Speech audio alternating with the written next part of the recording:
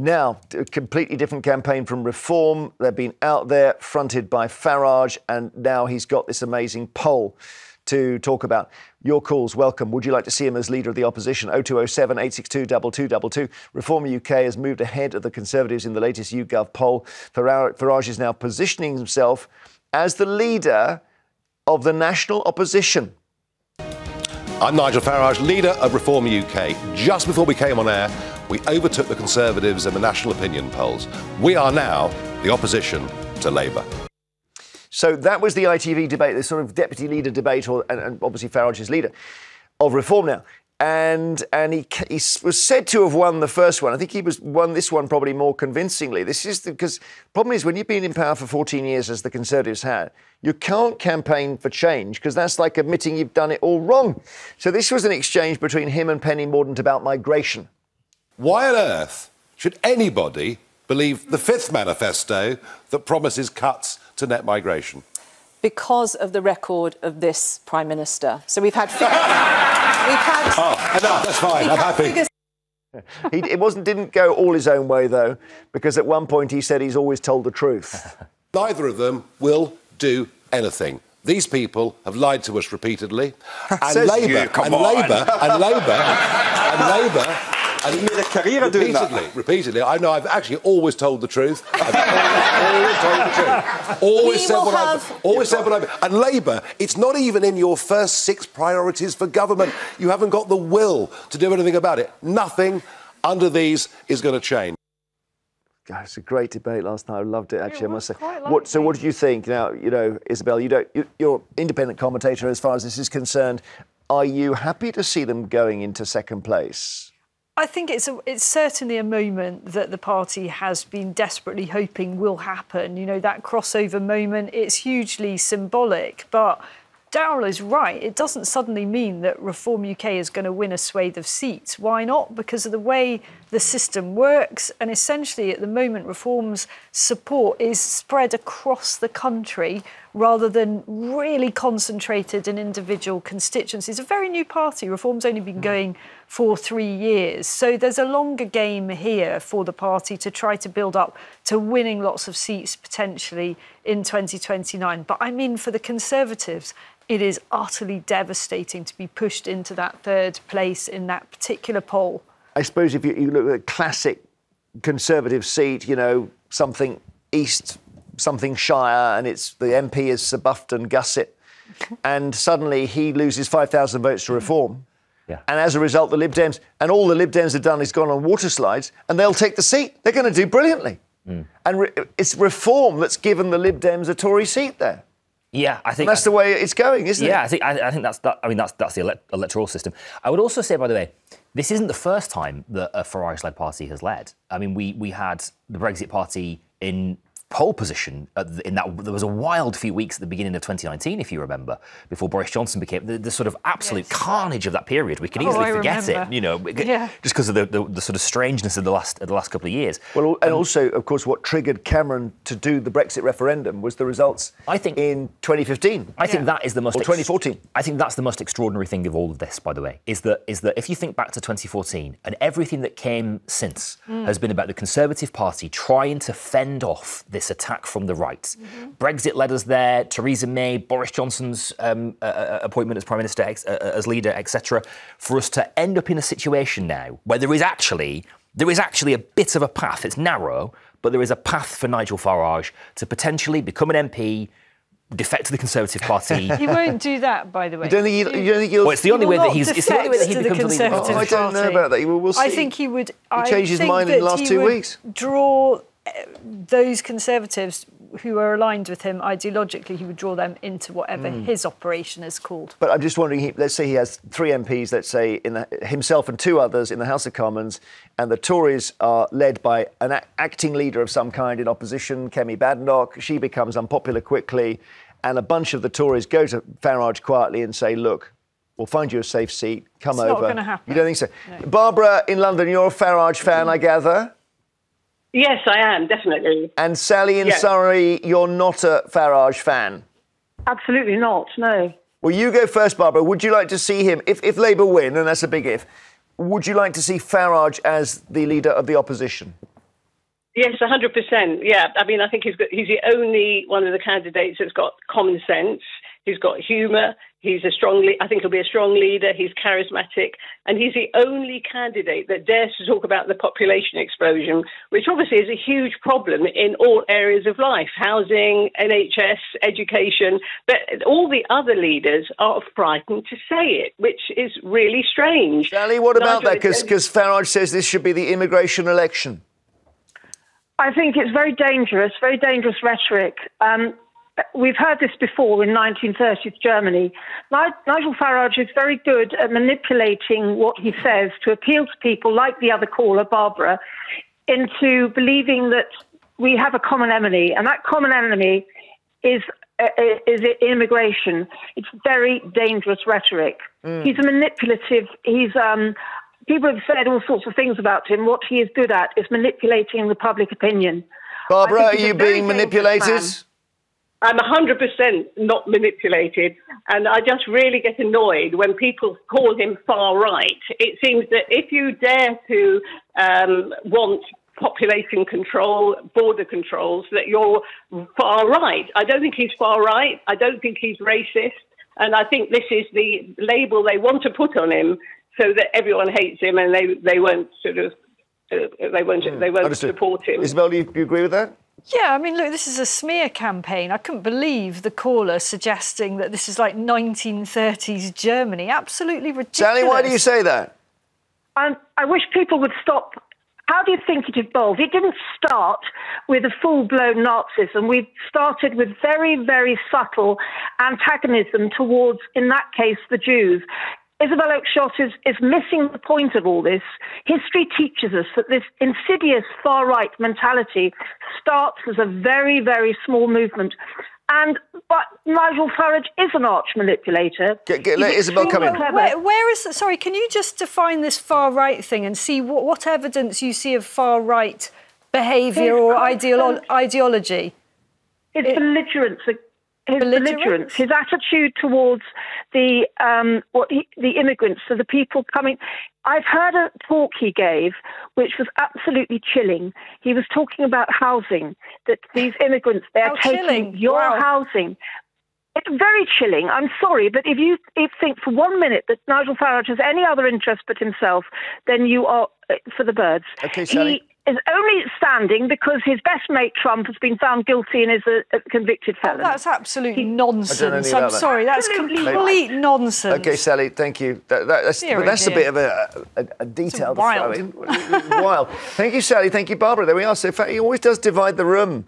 Old Farage. He's been pelted in this campaign, hasn't he? Literally pelted with stuff. He has, yeah. Which is not great. good. No, it's not good. Not good at all. No, but it just shows that he'll get cheers from some. Listen, I used to host a phone-in radio show, a phone-in TV show, and we had what we called the Farage backstop, which was that if you were struggling for content and if you had nothing to say, the phone lines were a little bit quiet, you would talk about Nigel Farage and it would light up, right? And you would get loads and loads of people because people would want to talk about it. And I think, just because somebody wants to talk about something doesn't always mean it's helpful to talk about. And I think that we have, Nigel Farage is a perfect example of that in so much as, there's a lot of division there.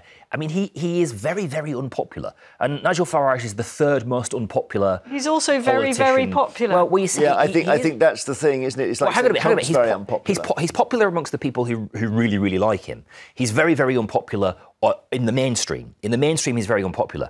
And I think, I don't know how you can say that when you actually look at the polls now. Are you saying that 20%, near enough 20% of the population is not mainstream? Not near enough 20% of the population, but that's not about his personal popularity, is it? That's about that's a whole multitude of reasons that people vote for a political party. He is the third most unpopular politician in the country, behind Rishi Sunak and Jeremy Hunt, according to YouGov. Right. Well, 11th to 12th Jeremy Hunt of June. is annoying, but I think that just almost disproves your point. One of my mates these are just high-profile politicians. I've got a friend who goes around London on his bicycle and he films drivers, right? And someone did a poll and it said he was more unpopular than Hitler. This, it's just ridiculous. Who, Farage? No. This friend of mine, I won't say who he is, but he goes around. He's basically one of these cyclists who has a camera on his helmet. Right, so not like you then. No, I don't. Just a hobby. But anyway, so these polls are ridiculous. That's all. They are ridiculous. So literally, this poor guy wakes up and there's been a poll of 5,000 taxi drivers. They say he's more unpopular than Hitler. doesn't really mean anything. That's all I'm saying. I think we just need to keep Hitler out of everything. Yeah. Exactly. I think that poll is ridiculous, but that's not not this YouGov poll. And sometimes we lose our senses on this a little bit because Trump understands you've got to be hated by 49% to be loved by 51. That's the real revelation of our society. Well, I think that's terrible. Is that the hatred breeds the love as well? You know, I know, isn't it strange? So, OK, he is divisive. We proved that with our first two callers. Should he be leader of the opposition after this election? If the cards fall, would you like to see him there on the green benches leading the opposition? 0207 862 2222. Now, more calls on Nigel Farage becoming leader of the opposition. He says he'll form a new party to stand against a Labour government. Is it something you'd want? Could he get the Conservatives in behind him? I mean, if they lose as badly as some people are predicting, they're going to be in one hell of a mess. Carol in Devon, good morning. Good morning, Jeremy. What do you think? Do you want to see him A, in the Commons, and B, leading the opposition? Definitely in the Commons, definitely. And yes, hopefully leading the opposition. I think he's fearless. He doesn't seem to care who he upsets. He says things that people don't want to hear. And I think, yes, he would be a very good... And I think the other politicians also are slightly in awe of him because he doesn't care. He doesn't want to be liked, if you know what I mean. Well, yeah, I suspect he's more calculating than he appears because I think you've got to have a certain amount of control to avoid making constant gaffes. I noticed yesterday, Carol, he was being asked about one of his candidates who said that in the Second World War we should have made peace with Hitler. And well, Hitler's coming up again on this show. Anyway, he said, I don't want to disown him. Everyone should be allowed to say things. But I might have to disown him at some point. So he kind of said, I don't like what he said, but I'm not going to slate him for it. So he's a politician, isn't he? Oh, yeah, definitely. Yeah, definitely. he's one of them. Yeah, I can remember years ago, I went to a film convention in London 20 years ago, and I wandered upstairs and UKIP were having a conference, and Farage was there talking about how badly we treat our veterans and how supportive he was of the veterans at that time, and that was years ago. Right. So, thank you, Carol. You know, the only thing that ever gets him cross, I've noticed, is if I question him about UKIP's 2015 manifesto. Why does that make him cross? Because somebody wrote it in the night, overnight, and I think they were under the influence. Oh, my goodness. And it had things like people enforcing suits in theatres. The circle line must be a proper circle.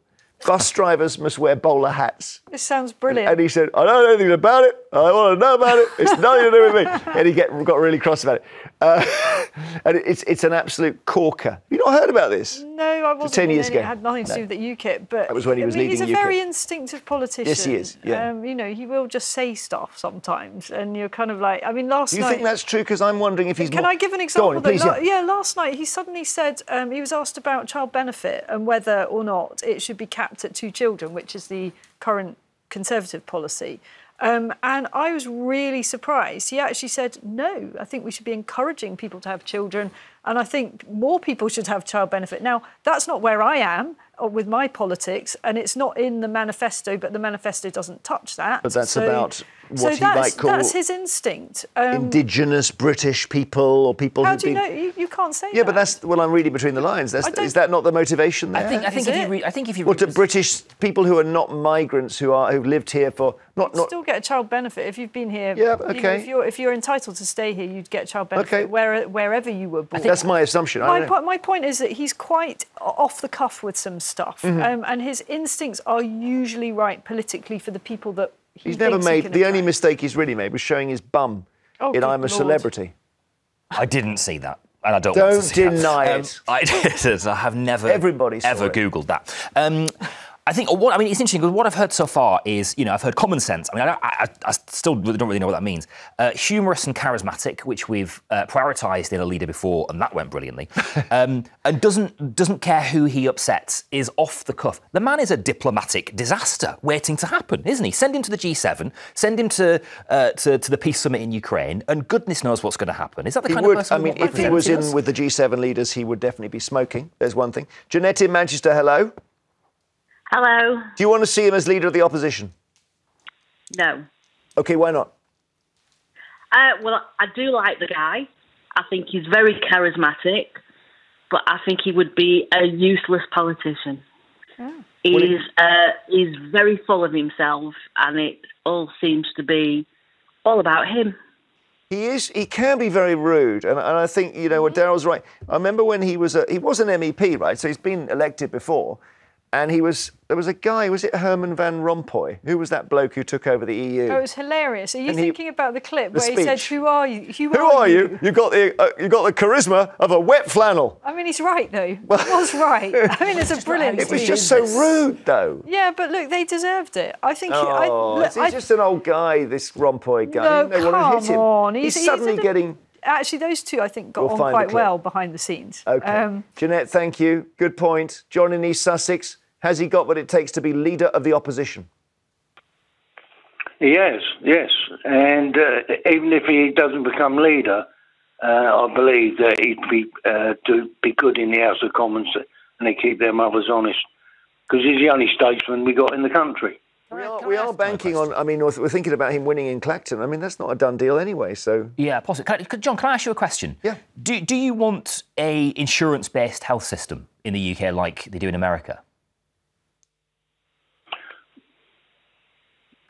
Take your time, John. Well, I hadn't thought about it really, so you just jump in. Think about it as long as you want. Yeah. I think therein actually lies the point. And with all due respect, Reform is not arguing for an American-style system. I think Nigel Farage did literally last night, didn't he? He literally said last night that he wanted an insurance-based health system. That's what they have in America. Okay. It's an insurance-based health system, which is what we have in America. Now, listen, the debate around that is to be had, right? Whatever, absolutely fine. But the reality is that if this person does become an elected politician, if he does have a path to being the leader of the opposition, his politics is going to come under scrutiny. We're talking later on about the fact we've got 7.5 million treatments being delayed in the NHS. Well, maybe I'm not sure you want to argue for what we've got at the moment. I'm not. Wait a minute. Sorry, I'm not arguing about what we've got at the moment. Right. What I'm saying is that eventually his politics, his policies, are going to have to come under some scrutiny. Yeah. And the reality is, there's lots of people like John who quite like the cut of his jib and quite like the way that he handles himself. But when push comes to shove, people like John are not going to like what he is about as a politician. John, thank you. Manal is in Birmingham. Manal, what do you think? Who would you compare him to?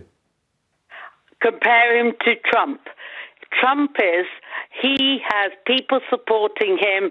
They don't care what his policy is. They will vote for him. The same with Nigel Farage. Yesterday, for the first time, I heard him say that he doesn't like the two-cap children's policy, and that up to £20,000 they don't have to pay tax, and 0% immigration. But what about he hasn't spoken about his policies properly so that they can be scrutinised. How is he going to pay for the rest of the public services? And if he has 0%... if he has 0% immigration, can I just finish, please? If he has 0% immigration, even I agree that Labour have a policy, at least with that yes, have some immigration till we can train up people, because I don't think people should be sitting on the scrap heap, unemployed. Train them up, give them apprenticeship, and that would be brilliant. Well done, Manal. Manifesto launch on Monday, so I think you'll see very detailed policies for who? there. Reform? Yes. Right, OK. Yeah. Thank you, Manal. Well, that was amazing. You just not even any hint of a full stop in that.